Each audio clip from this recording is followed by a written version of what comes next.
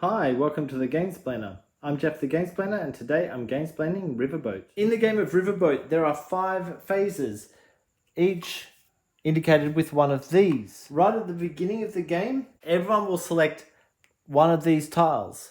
Whoever has that tile will get the thing in the upper right corner when we get to that phase. And then everyone will partake in the phase, starting with the player who has played the token and going around the board. So, what does each thing do? The first phase,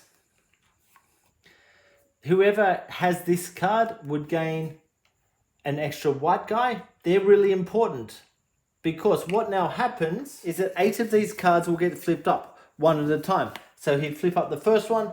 That's showing that everyone can put one of their guys onto somewhere in the diamonds. So he might put it there. Notice that each of the boards are different. Then the next one comes up, showing clubs. Then the next one.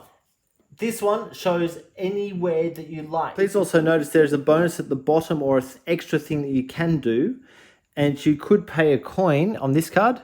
Could pay a coin to make any of the cards that came out equal to an anything. So if you desperately want to put a token somewhere, you can pay a coin to do so.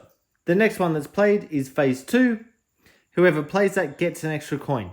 On phase 2, what you're doing is you're selecting things from up here to go onto your board. So because he has a section of 3, he might go, oh, I really want to, say, take that. He'll put that underneath his workers. Notice that the 3 one has 2 points, so he would take 2 points for that straight away, and then would go around.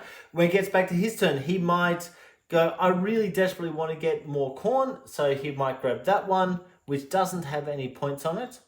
On the next one round, he might do that again for another corn. The next time round, he wants to get this one done. He might grab the 2 pumpkins, which also has a point on it. And then on the next turn round, he might grab a potato. The bonus thing that you can do on this is rather than taking one of those tiles, you can spend a coin to take a random size 1 or size 2 card from the deck. But doing that, you can't be guaranteed of what you're getting. Then whoever has the number 3 would play that. Notice the picture of the Harbour Master in the top corner means that he would move his Harbour Master forward 1 spot. And I'll talk about why that's important soon. He's then trading in a number of workers that are on the same field type for various tokens up at the harbour. Notice also there's this marker. What that's saying is as soon as you have harvested 9 of the same crop type, so at the moment he's got 4 corn. If he had another 5 corn somewhere on the board, they don't have to be all connected. As soon as they have all been harvested, he would be able to take one of these or the green guys. And I'll talk about what they do in a moment. But just know that if you can get 9, you can get the stuff. So what he might do, you can only do 2 of these per round. The last round you can do 3. But he might go, oh, I will trade in my 4 for a number 4 up here and play that straight into his spot. These 4 then come off his board to be used later. He gets the bonus that's on there, in which case is one of these. And I'll talk about what that does in a moment. That needs to be placed straight away, by the way, but I will talk about them in a moment, so I'll just put that to the side for now. He then goes after something else, and he could probably go after that one for a 2.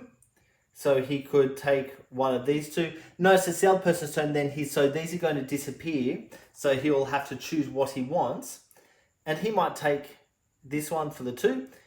This gets his Harbour Master moving forward 2 spots and gets him 1 point on the board. The bonus thing that you can do that'll cost a coin is if you desperately wanted to take this one but it's already been taken, you could spend a coin to take one out of the pile. The number 4 phase gets you a point when you play it. What that now allows you to do is everyone will select one of these bonus cards.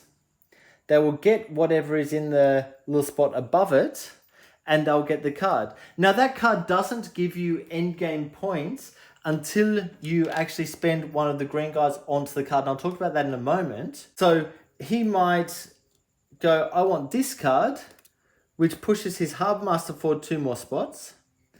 And this card then just sits on his pile to be used later. And everyone would select one in order. This would get him another green guy, which will allow him to get more points. This would allow him to put one of his white guys from off the board up into his spot. So where his stairs are, he's the blue player, so he'll put it there. This will give endgame points. So whoever has the most up here at the end of the game will get 20 points. Whoever has second most will get 10 points. Third most is 5 points. If you don't have any up there, then you can't get any points. And this one obviously gives you more coins. Spending a coin at this stage allows you to draw one more card from the deck. You don't get any bonuses for taking that card, but if there are no cards up here that you want, that might be a worthwhile thing to do. And the fifth and final thing, whoever plays it will choose to either get a coin, move their Harbour Master forward 1, or put one more worker up into New Orleans. You can then use up to 2 of your green guys to mark things that are going to get you points. If you're in the final round, it's 3 of them. So if he were to use this card, he would put his green guy onto there, noticing he now has 1 less green guy. He would get 5 points straight away and put 2 of his workers up into New Orleans towards that 20 points for the end of the game. If you had one of these or one of these on your board, you could put the green guy on top of that to score that. And whatever the positioning of your stuff is, that is the score that you will get. What are those things? I'm glad you asked. I've actually placed them the wrong way around, but a barn goes on an empty spot.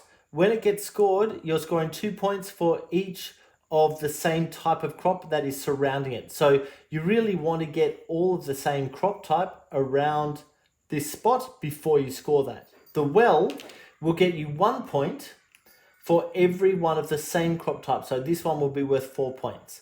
That would be worth 4 points once it's taken. But you have as much opportunity as you like to build up for that stuff. Now the other thing on phase 5 is that every green guy that's out there gets a point, and every guy you've got up in New Orleans gets you a point. So right at the moment, I'd be getting 1 point for this green guy, another 3 points for those white guys up in New Orleans, which is 4 points. It doesn't seem much, but when you push that over 4 rounds, that's 16 points total for doing that early. The way the game scores at the end, let's say the Harbour Master was here, just for example, because I've already got Harbour tiles in, I would expect the Harbour Master to be up further, but everything behind the Harbour Master would get points.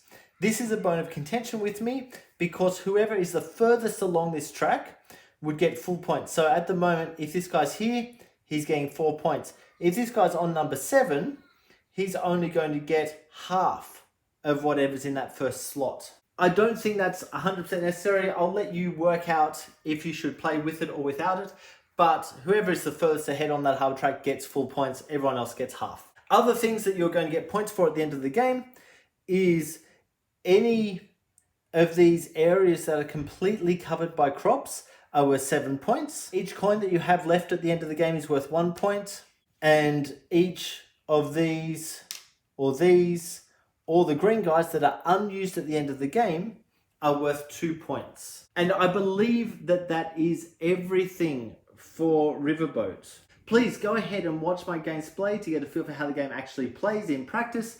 If you have any comments or suggestions, please write them below. If you have any games that you would like to be Gamesplained, please shoot me an email to thegamesplainer@gmail.com. Follow me on Instagram and Twitter @thegamesplainer to keep up to date with the games that I'm playing. Subscribe to my videos to keep up to date with the games that I'm gamesplaining. And until next time, enjoy gaming.